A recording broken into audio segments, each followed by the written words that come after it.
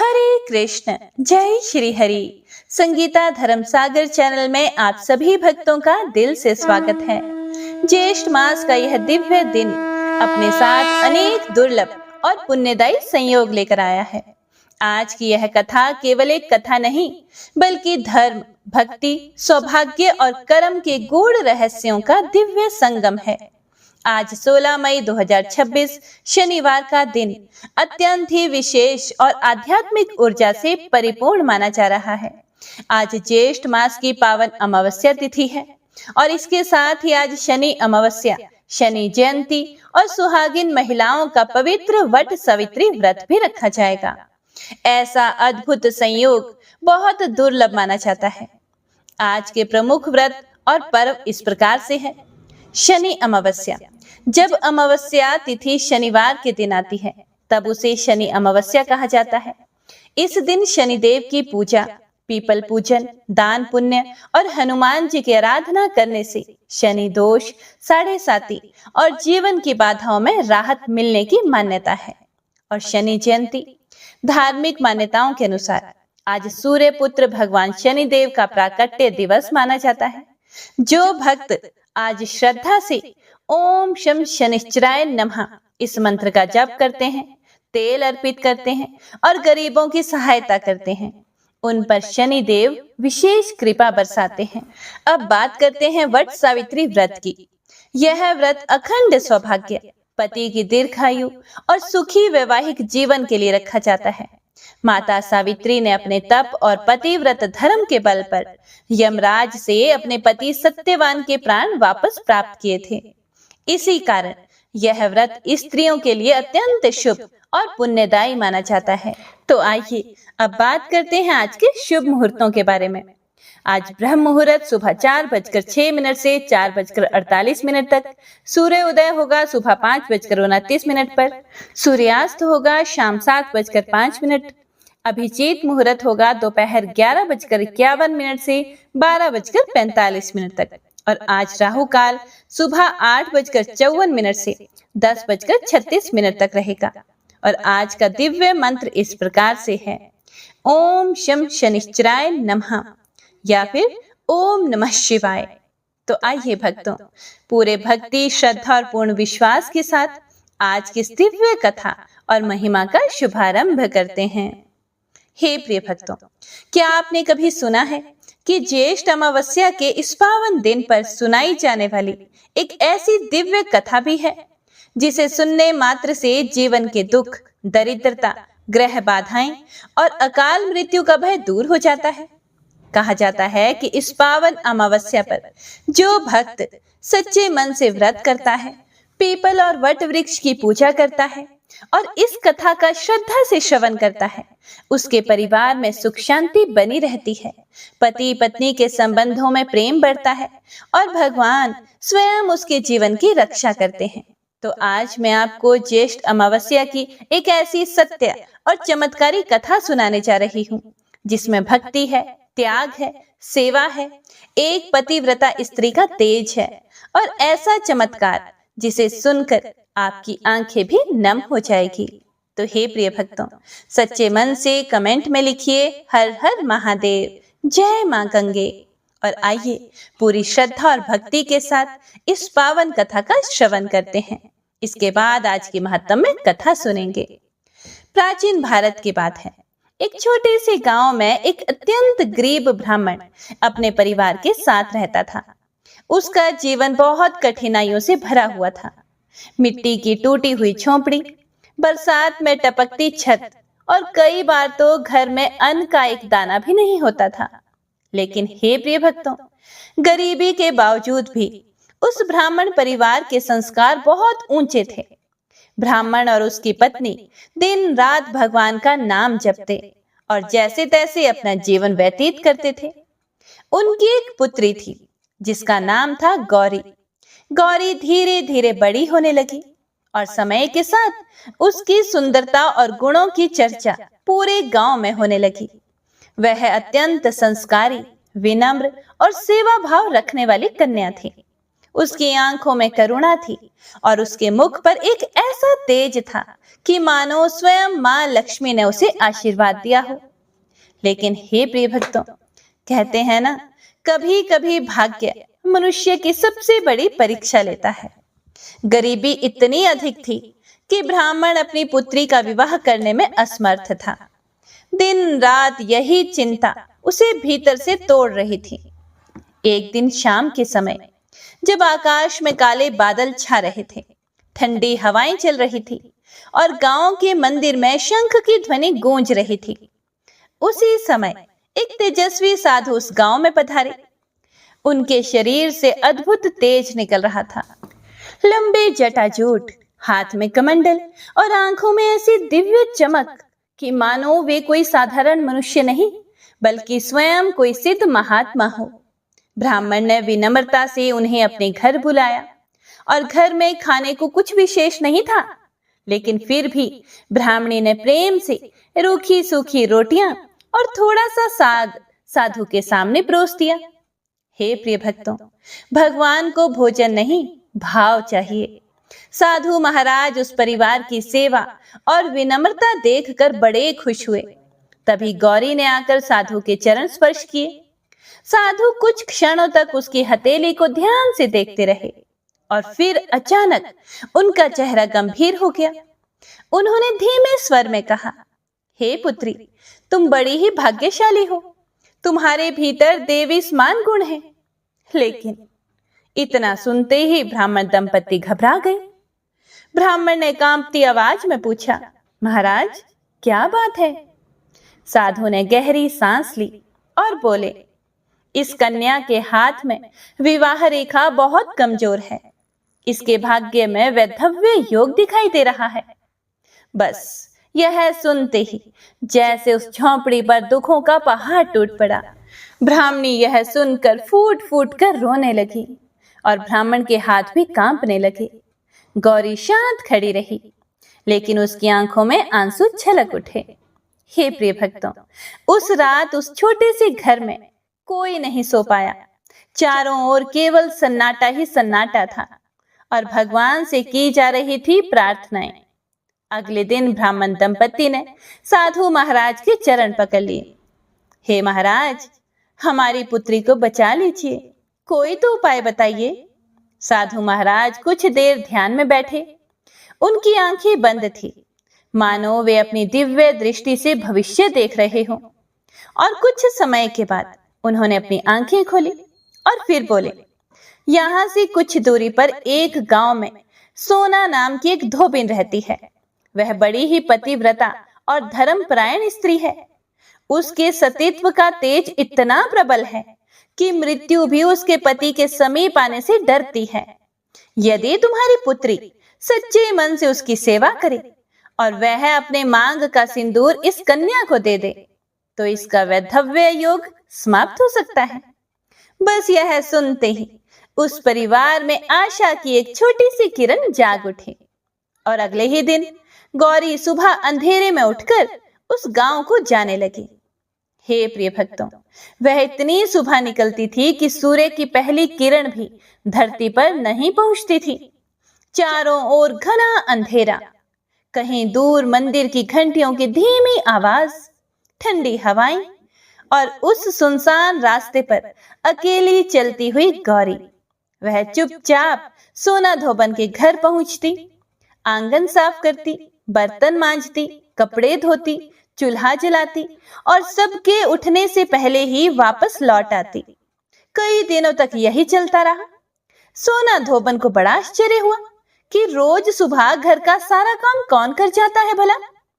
एक दिन उसने अपनी बड़ी बहू से पूछा कि बहू, तू इतनी सुबह उठकर सब काम कर लेती है क्या? बहू ने भी बड़े आश्चर्य से कहा कि मां जी, मुझे तो लगा था कि आप करती हैं। अब दोनों सास बहू चिंतित हो गई। उन्होंने अगले दिन छुपकर निगरानी करने का निर्णय लिया और फिर एक सुबह उन्होंने देखा कि अंधेरे में मुंह ढके एक कन्या घर में आई और चुपचाप सारे काम करने लगी। जब वह वापस जाने लगी तो सोना धोबिन ने उसका हाथ पकड़ लिया कि हे पुत्री, तुम कौन हो और छुपकर मेरी सेवा क्यों करती हो? यह सुनते ही गौरी की आंखों से आंसू छलक उठे। उसने रोते हुए साधु महाराज की सारी बात उन्हें बता दी। हे प्रिय भक्तों, एक पतिव्रता स्त्री का हृदय बहुत ही कोमल होता है। सोना धोबन सब समझ गई। उसकी आंखें भी नम हो गई थी। उसने गौरी के सिर पर हाथ रख कर कहा, बेटा तुम चिंता मत करो, भगवान सब ठीक कर देंगे। लेकिन उसी समय नियति एक और परीक्षा लेने वाली थी। सोना धोबिन का पति कई दिनों से बीमार चल रहा था। उसकी सांसें कमजोर हो रही थी। फिर भी सोना धोबन ने निश्चय किया कि वह गौरी की सहायता अवश्य ही करेंगी। जिस दिन ज्येष्ठ अमावस्या आई, उस दिन पूरा वातावरण अत्यंत रहस्यमयी था। आकाश में बादल थे, पीपल के पत्तों से सरसराहट की आवाजें आ रही थीं और मंदिरों में शंखनाद गूंज रहा था। सोना धोबिन बिना कुछ खाए पिए गौरी के घर पहुंची। उसने अपनी मांग का सिंदूर लेकर गौरी की मांग में लगा दिया। लेकिन हे प्रिय भक्तों, जैसे ही उसने सिंदूर लगाया, उसी क्षण उसके पति ने घर पर अंतिम सांसें ले ली। यह समाचार सुनते ही चारों ओर हाहाकार मच गया। लोग रोने लगे, लेकिन सोना धोबिन का चेहरा शांत था। उसने आकाश की ओर देखा और कहा, हे प्रभु, यदि मेरा पतिव्रत सच्चा है तो आप मेरे सुहाग की रक्षा अवश्य करेंगे। उस दिन सोमवती अमावस्या थी। सोना धोबन ने पास के पीपल वृक्ष के नीचे जाकर 108 परिक्रमा करने का संकल्प लिया। उसके पास पुए पकवान तो नहीं थे, तो उसने ईंट के छोटे छोटे टुकड़े उठाए और हर परिक्रमा के साथ एक टुकड़ा रखती गई। हे प्रिय भक्तों, उस समय उसकी आंखों से आंसू बह रहे थे, पांव भी कांप रहे थे और गला उसका प्यास के मारे सूख चुका था। लेकिन उसके विश्वास में कोई कमी नहीं थी। 108वीं परिक्रमा पूरी होते ही अचानक तेज हवा चलने लगी। पीपल के पत्ते जोर जोर से हिलने लगे। आकाश में बिजली चमकी और उसी क्षण सोना धोबन के घर से आवाज आई कि वे जीवित हो गए। सभी लोग दौड़कर घर पहुंचे। जिस व्यक्ति को मृत समझा जा चुका था, वह धीरे धीरे आंखें खोल रहा था। पूरा गांव हर हर महादेव के जयकारों से गूंज उठा। हे प्रिय भक्तों, उस दिन सबने समझ लिया कि सच्चा व्रत, सच्ची सेवा और सच्चा पतिव्रत धर्म कभी भी व्यर्थ नहीं जाता। गौरी का विवाह भी एक योग्य वर से हो गया और उसका जीवन सुख समृद्धि से भर गया। हे प्रिय भक्तों, तो यह कथा हमें सिखाती है कि सच्ची श्रद्धा, सेवा और पतिव्रता धर्म में इतनी शक्ति होती है कि वह मृत्यु को भी पराजित कर सकती है। भगवान धन दौलत नहीं देखते, वे केवल मन की सच्चाई और भक्ति देखते हैं। जो स्त्री ज्येष्ठ अमावस्या और सोमवती अमावस्या का व्रत श्रद्धा से करती हैं, पीपल और वट वृक्ष की पूजा करती हैं, उनके परिवार पर भगवान की कृपा सदैव बनी रहती है। हे भगवान भोलेनाथ, हे माता पार्वती और हे पीपल देव, आप सभी भक्तों के जीवन में सुख, शांति और अखंड सौभाग्य प्रदान करें। हे प्रिय भक्तों, तो यह थी कथा। यदि यह पावन कथा आपके हृदय को स्पर्श कर गई हो तो कमेंट में अवश्य लिखें, जय मां सावित्री, हर हर महादेव। और इस कथा को अपने परिवार और प्रियजनों के साथ जरूर शेयर करें ताकि वे भी इस पुण्य के भागी बन सकें। वीडियो को लाइक करें, शेयर करें और चैनल को सब्सक्राइब करना मत भूलिएगा। हर हर महादेव। तो आइए अब सुनते हैं आज की महात्म्य कथा में आगे का वृतांत। शतानीक ने पूछा, हे ब्रह्मा जी, जिन तेजस्वी भगवान सूर्य नारायण ने ब्रह्मा जी को वर प्रदान किया, देवताओं और पृथ्वी को उत्पन्न किया, जो ब्रह्मा आदि देवताओं को प्रकाशित करने वाले तथा समस्त जगत के पालक, महाभूतों सहित 14 लोकों के श्रेष्ठा, पुराणों में तेज रूप से स्थित एवं पुराणों की आत्मा है तथा अग्नि में स्वयं स्थित है, जिनके सहस्त्रों सिर हैं, सहस्त्रों नेत्र हैं तथा सहस्त्रों चरण हैं, जिनके मुख से लोक पितामह ब्रह्मा, वक्षस्थल से भगवान विष्णु और ललाट से साक्षात भगवान शिव उत्पन्न हुए हैं, जो विघ्नों के विनाशक एवं अंधकार नाशक, लोक की शांति के लिए जो अग्नि, वेदी, कुशा, स्त्रुवा, प्रोक्षणी, व्रत आदि को उत्पन्न कर इनके द्वारा हव्य भाग ग्रहण करते हैं, जो युग के अनुरूप कर्मों के विभाजन तथा क्षण, काल, काष्ठ, मुहूर्त, तिथि, मास, पक्ष, संवत्सर, ऋतु, काल योग, विविध प्रमाण और आयु के उत्पादक तथा विनाशक हैं, एवं परम ज्योति और परम तपस्वी हैं, जो अच्युत तथा परमात्मा के नाम से जाने जाते हैं। वे ही महर्षि कश्यप के यहाँ पुत्र के रूप में कैसे अवतरित हुए? ब्रह्मा आदि जिनकी उपासना करते हैं तथा वेद वेत्ताओं में जो उत्तम और देवताओं में प्रभु विष्णु हैं, जो सौम्यों में सौम्य और अग्नि में तेज स्वरूप है, मनुष्यों में मन रूप से तथा तपस्वियों में तप रूप से विद्यमान है, जो विग्रहों में विग्रह हैं, जो देवताओं और मनुष्यों सहित समस्त लोकों को उत्पन्न करने वाले हैं। वे देवों के देव भगवान सूर्य किस लिए अदिति के गर्भ से स्वयं उत्पन्न हुए? हे ब्रह्मा जी, इस विषय में भी मुझे महान आश्चर्य हो रहा है कि भगवान सूर्य की उत्पत्ति से आश्चर्यचकित होकर ही मैंने आपसे उनके आख्यान को पूछा है। हे महामुने, भगवान सूर्य के बल, वीर्य, पराक्रम, यश और उज्ज्वलित तेज का आप वर्णन करें। फिर सुमंतु मुनि बोले कि हे राजन, आपने भगवान भास्कर की उत्पत्ति के संबंध में बहुत ही जटिल प्रश्न पूछ लिया है। मेरी जो सामर्थ्य है मैं उसके अनुसार कह रहा हूँ, आप श्रद्धा से सुने। जो भगवान सूर्य सहस्त्रों नेत्रों वाले, सहस्त्रों किरणों से युक्त और सहस्त्रों सिर तथा सहस्त्रों हाथ वाले हैं, सहस्त्रों मुकुटों से सुशोभित तथा सहस्त्रों भुजाओं से युक्त एवं अव्यय हैं, जो सभी लोगों के कल्याण एवं सभी लोगों को प्रकाशित करने के लिए अनेक रूपों में अवतरित होते हैं। वही भगवान सूर्य कश्यप द्वारा अदिति के गर्भ से पुत्र रूप में उत्पन्न हुए हैं। हे महाराज, कश्यप और अदिति से जो जो पुत्र उत्पन्न होते थे वे उसी क्षण मर जाते थे।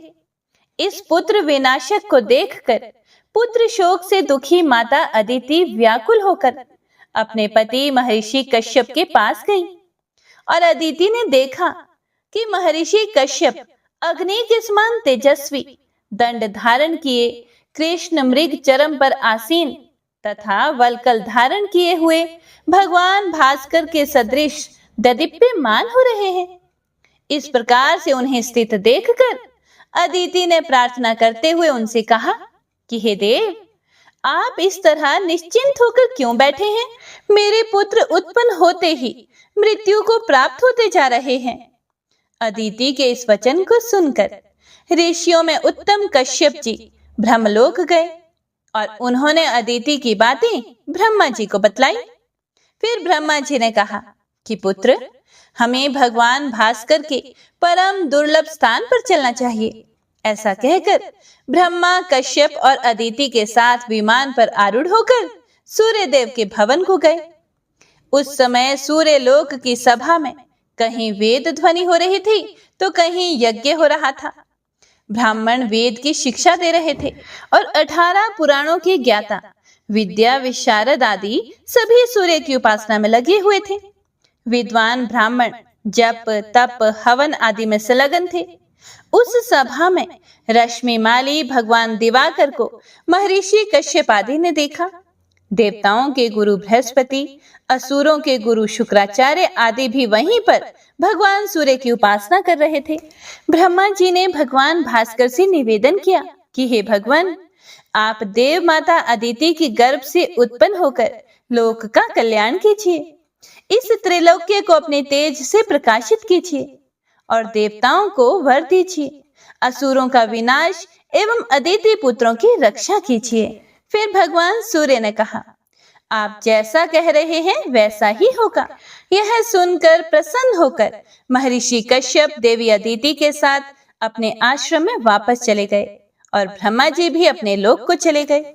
सुमंतु मुनि बोले, हे महाराज, कालांतर भगवान सूर्य अदिति के गर्भ से उत्पन्न हुए, जिसकी वजह से तीनों लोकों में सुख छा गया और दैत्यों का विनाश हो गया, देवताओं की वृद्धि हुई तथा उनके प्रभाव से सभी लोगों में परम आनंद व्याप्त हो गया।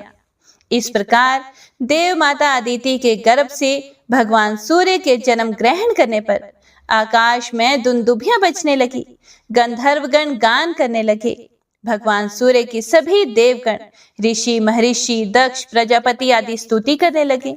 ब्रह्मा जी सभी देवता एवं ऋषि महर्षियों से बोले, हे देव ऋषि गणों, जिस प्रकार बालक रूप में उत्पन्न होकर ये सभी को देख रहे हैं, उसी प्रकार ये लोकेश्वर श्रीमान और विवस्वान रूप में विख्यात होंगे। देव, दानव, यक्ष, गंधर्व आदि के जो कारण हैं, वे ही आदि देव भगवान आदित्य हैं। इस प्रकार कहकर पितामह ब्रह्मा ने देवताओं और ऋषियों सहित उन्हें नमस्कार करके विधि पूर्वक उनकी अर्चना की। उसके बाद वे अपने अपने लोकों को चले गए।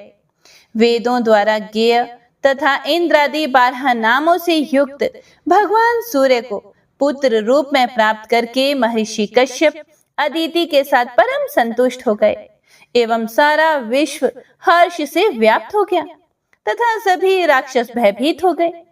भगवान सूर्य बोले, हे महर्षि, आपके पुत्र नष्ट हो जाते थे, इसीलिए गर्भ की सिद्धि के लिए मैं आपके यहाँ पुत्र रूप में उत्पन्न हुआ हूँ। सुमंतु मुनि बोले, हे राजन, इस प्रकार भगवान भास्कर की आराधना करके ब्रह्मा जी ने सृष्टि करने का वर प्राप्त किया और कश्यप मुनि ने भी भगवान भास्कर को प्रसन्न करके उन्हें पुत्र रूप में प्राप्त कर लिया। महाराज शतानीक ने कहा, हे मुने, आपने भगवान सूर्य के अद्भुत चरित्र का वर्णन किया है, जिनका पूजन ब्रह्मा आदि देवता प्रतिदिन विधि पूर्वक करते रहते हैं तथा जिस ब्रह्म की ब्रह्मा, विष्णु, शिव और सभी देवता आराधना करते रहते हैं, उसे आप बताएं।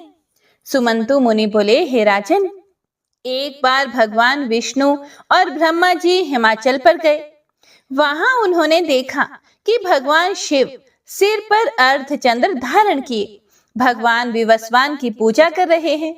ब्रह्मा और विष्णु को वहां आया देखकर भगवान शिव ने उन्हें प्रणाम किया और विधि पूर्वक उनकी पूजा अर्चना की तथा उनसे कहा, हे भगवान, आप लोगों ने भगवान सूर्य की आराधना करके उनके किस स्वरूप का दर्शन किया है? मुझे उनके परम रूप को जानने की बड़ी अभिलाषा हो रही है, कृपया आप बताएं। इस पर वे दोनों बोले कि हम लोगों ने भी उस परम अद्भुत रूप को अभी तक नहीं देखा है। हमें उस परम अद्भुत रूप की आराधना के लिए स्वर्ण के समान उज्जवल पवित्र उदयगिरी पर एक साथ चलना चाहिए। उसके बाद तीनों देव बड़ी ही शीघ्रता से पर्वत श्रेष्ठ उद्याचल पर गए और वहां भगवान सूर्य नारायण की विधि पूर्वक आराधना करने लगे। सहस्त्रों दिव्य वर्षों तक पद्मासन लगाकर ब्रह्मा जी निश्चल रूप से स्थिर हो ऊपर हाथ करके त्रिलोचन भगवान शंकर और सिर नीचे करके पंचाग्नि का सेवन करते हुए भगवान विष्णु सूर्य देव का दर्शन प्राप्त करने के लिए कठोर तप करने लगे। ब्रह्मा, विष्णु और शिव जी के उत्तम तप से संतुष्ट होकर भगवान सूर्य नारायण ने प्रकट होकर उनसे कहा कि आप लोग क्या चाहते हैं? मैं आप लोगों से अति संतुष्ट हूँ और वर देने के लिए उपस्थित हुआ हूँ। उन्होंने कहा, हे गोपते, हम लोग आपके दर्शन से धन्य हो गए। पहले ही आपकी आराधना करके हम लोगों ने शुभ वरों को प्राप्त कर लिया है। आपकी दया से हम लोग उत्पत्ति, स्थिति और विनाश करने में समर्थ हैं। इसमें किसी प्रकार का संशय नहीं है। किंतु हे देव देवेश, हम लोग आपके परम दुर्लभ रूप का दर्शन करना चाहते हैं। उनके वचनों को सुनकर लोक पूजित भगवान सूर्य ने उन्हें अपना परम दुर्लभ तेजस्वी अद्भुत विराट रूप दिखलाया। इनके अनेक सिर तथा अनेक मुख हैं। सभी देव तथा सभी लोक उसमें स्थित हैं। पृथ्वी पैर, स्वर्ग सिर, अग्नि नेत्र, पैर की उंगलियां पिशाच, हाथ की उंगलियां गुह्यक, विश्वदेव जंघा, यज्ञ कुक्षी, अप्सरागण केश तथा तारागण ही इनके रोम रूप में है। 10 दिशाएं इनके कान और दिक्पालगण इनकी भुजाएं हैं। वायु नासिका, प्रसाद ही क्षमा तथा धर्म ही मन है। सत्य इनकी वाणी, देवी सरस्वती जिह्वा, ग्रीवा महादेवी अदिति और तालु वीर्यवान रुद्र हैं। स्वर्ग का द्वार नाभि, वैश्वानव अग्निमुख, भगवान ब्रह्मा हृदय और उदर महर्षि कश्यप हैं। पीठ 8 वसु तथा सभी संध्या मरुददेव हैं। समस्त छंद दांत एवं ज्योतियां निर्मल प्रभा हैं। महादेव रुद्र प्राण, कुक्षियां समुद्र हैं। इनके उदर में गंधर्व और नाग हैं। लक्ष्मी, मेधा, धृति, कांति तथा सभी विद्याएं इनके कटी देश में स्थित हैं। इनका ललाट ही परमात्मा का परम पद है। 2 स्तन और 2 कुक्षी और 4 वेद, ये 8 ही इनके यज्ञ हैं। सुमंतु मुनि बोले, हे राजन, सर्वदेवमय भगवान सूर्य के इस विराट रूप को देखकर ब्रह्मा, शिव और भगवान विष्णु तो परम विस्मित हो गए। उन्होंने बड़ी श्रद्धा से भगवान सूर्य को प्रणाम किया और फिर भगवान सूर्य बोले, हे देवों, आप सबकी कठिन तपस्या से प्रसन्न होकर आप सबके कल्याण के लिए मैंने योगियों के द्वारा समाधि गम में अपने इस विराट रूप को दिखलाया है। इस पर वे बोले कि हे भगवान, आपने जो कहा है उसमें कोई भी संदेह नहीं है। इस विराट रूप का दर्शन पाना योगियों के लिए तो बड़ा ही दुर्लभ है। आपकी आराधना करने तथा आपका दर्शन करने पर कुछ अप्राप्य नहीं रहता। आपके समान इस लोक में दूसरा कोई देव नहीं है। हे राजन, ब्रह्मादि देवता परम उत्कृष्ट इस रूप का दर्शन करके बड़े ही खुश हुए, हर्षित हो गए और उन्होंने भगवान सूर्य का पूजन आराधना करके परम सिद्धियां प्राप्त की। शतानीक ने पूछा, हे मुने, आपने भगवान सूर्य के विषय में जो कुछ भी कहा है वह सत्य ही है। संसार के मूल कारण तथा परम दैवत भगवान सूर्य ही है। सभी को यही तेज प्रदान करते हैं। भगवान सूर्य नारायण के पूजन से जो फल प्राप्त होता है, कृपया करके अब आप उसे भी बताने की कृपा करें। फिर सुमंतु मुनि बोले, राजन, जो मनुष्य सर्वदेवमय भगवान सूर्य की प्रतिष्ठा करके पूजन करता है वह अमरत्व तथा भगवान सूर्य का सामीप्य प्राप्त कर लेता है। जो व्यक्ति भगवान सूर्य का तिरस्कार करके सभी देवताओं का पूजन करता है, उस व्यक्ति के साथ भाषण करने वाला व्यक्ति भी नरकगामी होता है। जो व्यक्ति श्रद्धा भक्ति पूर्वक सूर्य देव की प्रतिष्ठा करके पूजन अर्चन करता है, उसे यज्ञ, तप, तीर्थ यात्रा आदि की अपेक्षा कोटि गुना अधिक फल प्राप्त होता है तथा उसके मातृकुल, पितृकुल एवं स्त्रीकुल, इन तीनों कुलों का उद्धार हो जाता है और वह इंद्रलोक में पूजित होता है तथा वहां ज्ञान योग के आश्रय से वह मुक्ति प्राप्त कर लेता है। अथवा जो राज्य वह चाहता है वह दूसरे जन्म में सप्तद्वीपपति वसुमती का राजा होता है। जो व्यक्ति मिट्टी का सर्वदेवमय व्योम बनाकर भगवान सूर्य का पूजन अर्चन करता है वह तीनों लोकों में पूजित और इस लोक में धन धान्य से परिपूर्ण होकर अंत में सूर्य लोक को प्राप्त कर लेता है। जो व्यक्ति भगवान सूर्य के पिष्टमय व्योम की रचना करके गंध, धूप, पुष्प, माला, चंदन, फल आदि उपचारों से पूजा करता है वह सब पापों से मुक्त हो जाता है और कोई भी क्लेश नहीं पाता। वह भगवान सूर्य के समान प्रतापपूर्ण हो अव्यय पद को प्राप्त करता है। अपनी शक्ति के अनुसार भक्ति पूर्वक भगवान सूर्य का मंदिर निर्माण करने वाला स्वर्णमय विमान पर आरूढ़ होकर भगवान सूर्य के साथ विहार करता है।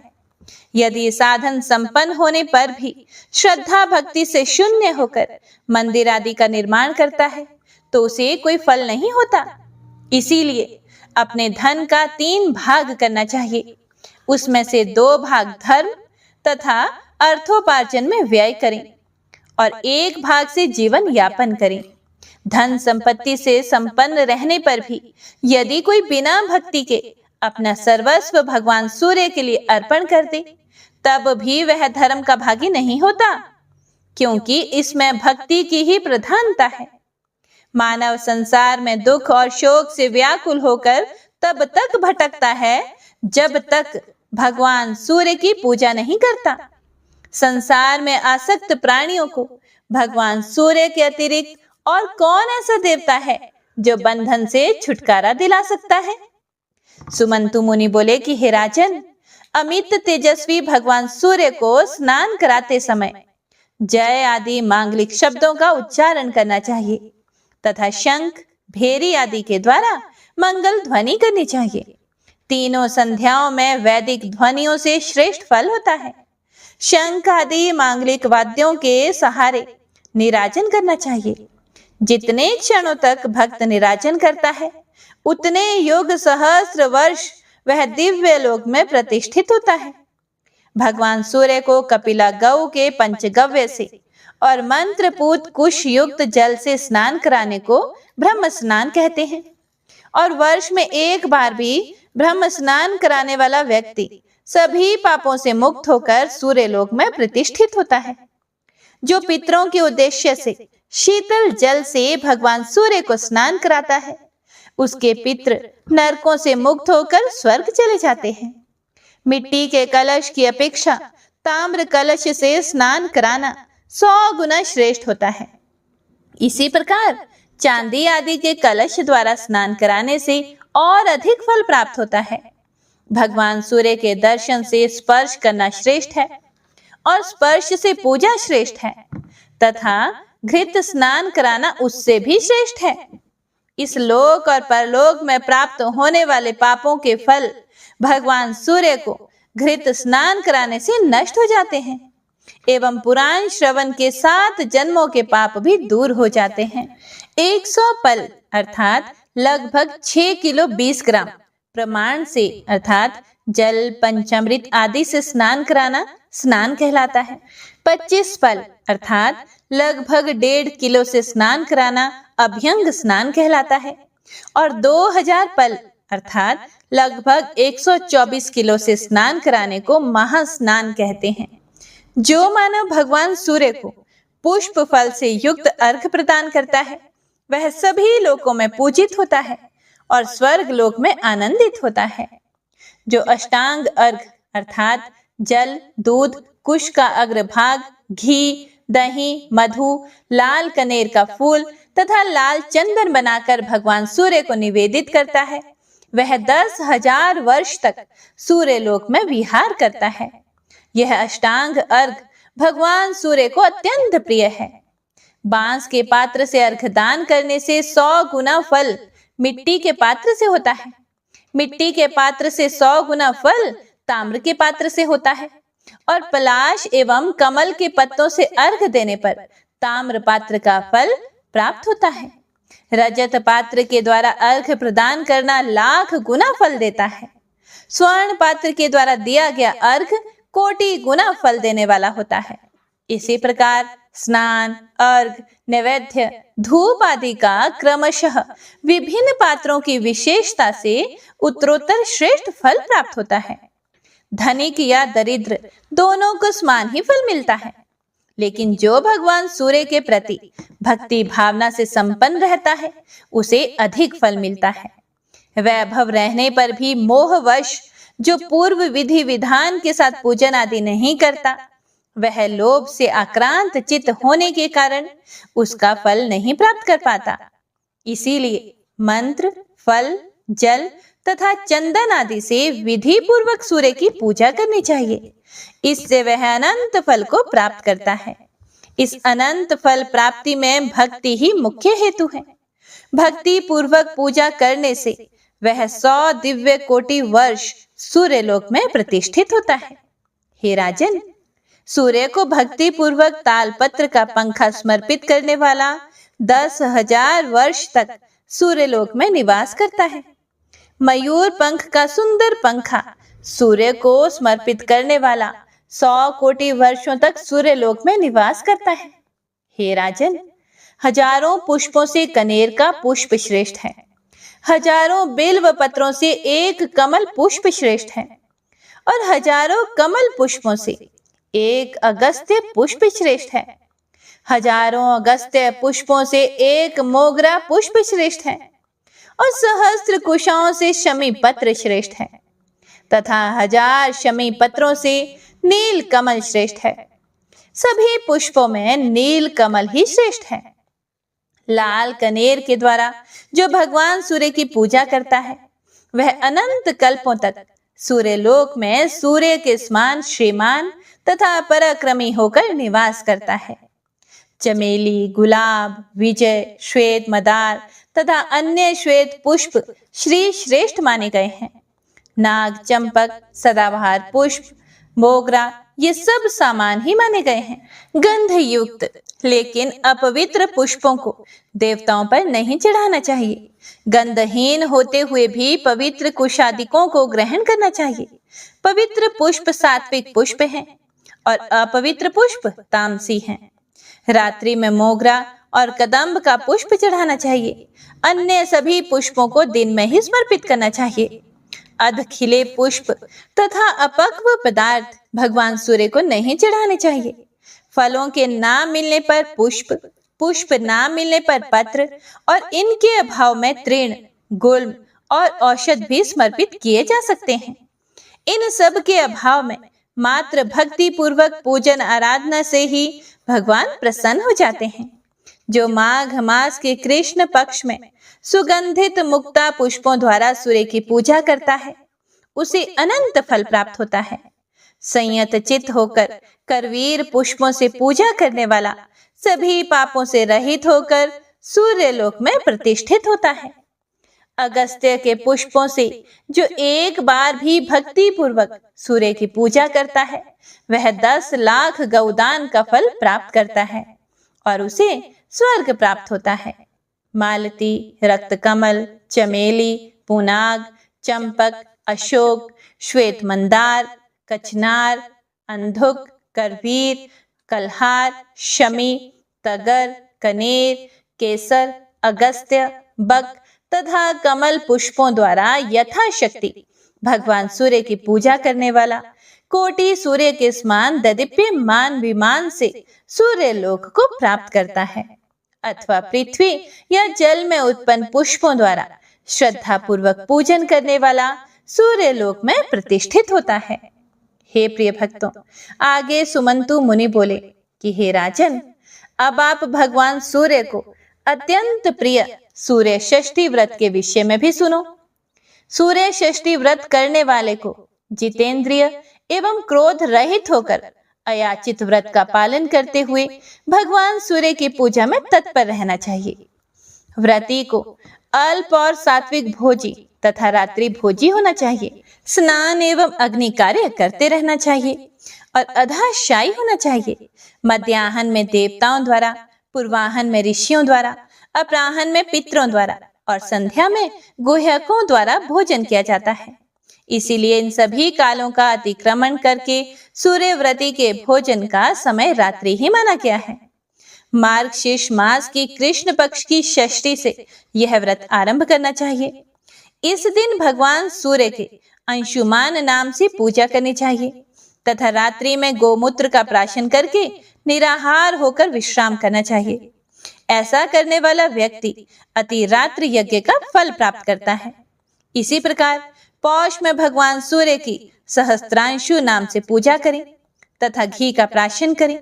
इससे वाजपेय यज्ञ का फल प्राप्त होता है। माघ मास में कृष्ण पक्ष की षष्ठी को रात्रि में गोदुग्ध पान करें। सूर्य की पूजा दिवाकर नाम से करें, इससे महान फल प्राप्त होता है। फाल्गुन मास में मार्तंड नाम से पूजा करके गोदुग्ध का पान करने से अनंत काल तक सूर्य लोक में प्रतिष्ठित होता है। चैत्र मास में भास्कर की विवस्वान नाम से भक्ति पूर्वक पूजा करके हविष्य भोजन करने वाला सूर्य लोक में अप्सराओं के साथ आनंद प्राप्त करता है। वैशाख मास में चंड किरण नाम से सूर्य की पूजा करने से 10,000 वर्षों तक सूर्य लोक में आनंद प्राप्त करता है। इसमें पयोव्रती होकर रहना चाहिए। ज्येष्ठ मास में भगवान भास्कर की दिवसपति नाम से पूजन करके गौ श्रृंग का जलपान करना चाहिए। ऐसा करने से कोटि गोदान का फल प्राप्त होता है। आषाढ़ मास के कृष्ण पक्ष की षष्ठी को अर्क नाम से सूर्य की पूजा कर गोमय का प्राशन करने से सूर्यलोक की प्राप्ति होती है। और श्रावण मास में अर्यमा नाम से सूर्य का पूजन कर दुग्धपान करें। ऐसा करने वाला सूर्यलोक में 10,000 वर्षों तक आनंद पूर्वक रहता है। भाद्रपद मास में भास्कर नाम से सूर्य की पूजा कर पंचगव्य प्राशन करें। इससे सभी यज्ञों का फल प्राप्त होता है। आश्विन मास के कृष्ण पक्ष की षष्ठी में भग नाम से सूर्य की पूजा करें। इसमें एक पल गोमूत्र का प्राशन करने से अश्वमेध यज्ञ का फल प्राप्त होता है। कार्तिक मास के कृष्ण पक्ष की षष्ठी को शक्र नाम से सूर्य की पूजा करके दुर्वांकुर का एक बार भोजन करने से राजसु यज्ञ का फल प्राप्त होता है। वर्ष के अंत में सूर्य भक्ति परायण ब्राह्मणों को मधु संयुक्त पायस का भोजन कराएं तथा यथाशक्ति स्वर्ण और वस्त्र आदि समर्पित करें। भगवान सूर्य के लिए काले रंग की दूध देने वाली गाय देनी चाहिए। जो इस व्रत का 1 वर्ष तक निरंतर विधि पूर्वक संपादन करता है वह सभी पापों से विनिर्मुक्त हो जाता है एवं सभी कामनाओं से पूर्ण होकर शाश्वत काल तक सूर्य लोक में आनंदित रहता है।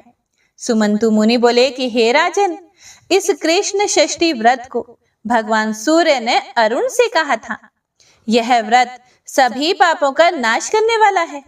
भक्ति पूर्वक भगवान भास्कर की पूजा करने वाला मनुष्य अमित तेजस्वी भगवान भास्कर के अमित स्थान को प्राप्त करता है। ओम नमो नारायणाय। तो इसी के साथ आज की महात्म्य कथा में बस इतना ही। इससे आगे का वृतांत आप सभी भक्तजन अगले अध्याय में जरूर सुनिएगा। तो आइए भक्तों, अब सुनते हैं श्री सूर्यदेव चालीसा। श्री रवि हरत हो घोरतम, अगणित किरण पसारी, वंदन करु तब चरणन में, अर्घ देउ जलधारी। सकल सृष्टि के स्वामी हो, सचराचर के नाथ, निस्दिन होत तुमसे ही, होवत संध्या प्रभात। जय भगवान सूर्य तमहारी, जय खगेश दिनकर शुभकारी। तुम हो सृष्टि के नेत्र स्वरूपा, त्रिगुणधारी त्रैवेद स्वरूपा। तुम ही करता पालक संहारक, भुवन चतुर्दर्श के संचालक। सुंदर बदन चतुर्भुजधारी, रश्मि रथी तुम गगन विहारी। चक्र शंख अरु श्वेत कमल धर, वर मुद्रा सोहत चोटे कर। शीश मुकुट कुंडल गलमाला, चारु तिलक तब भाल विशाला।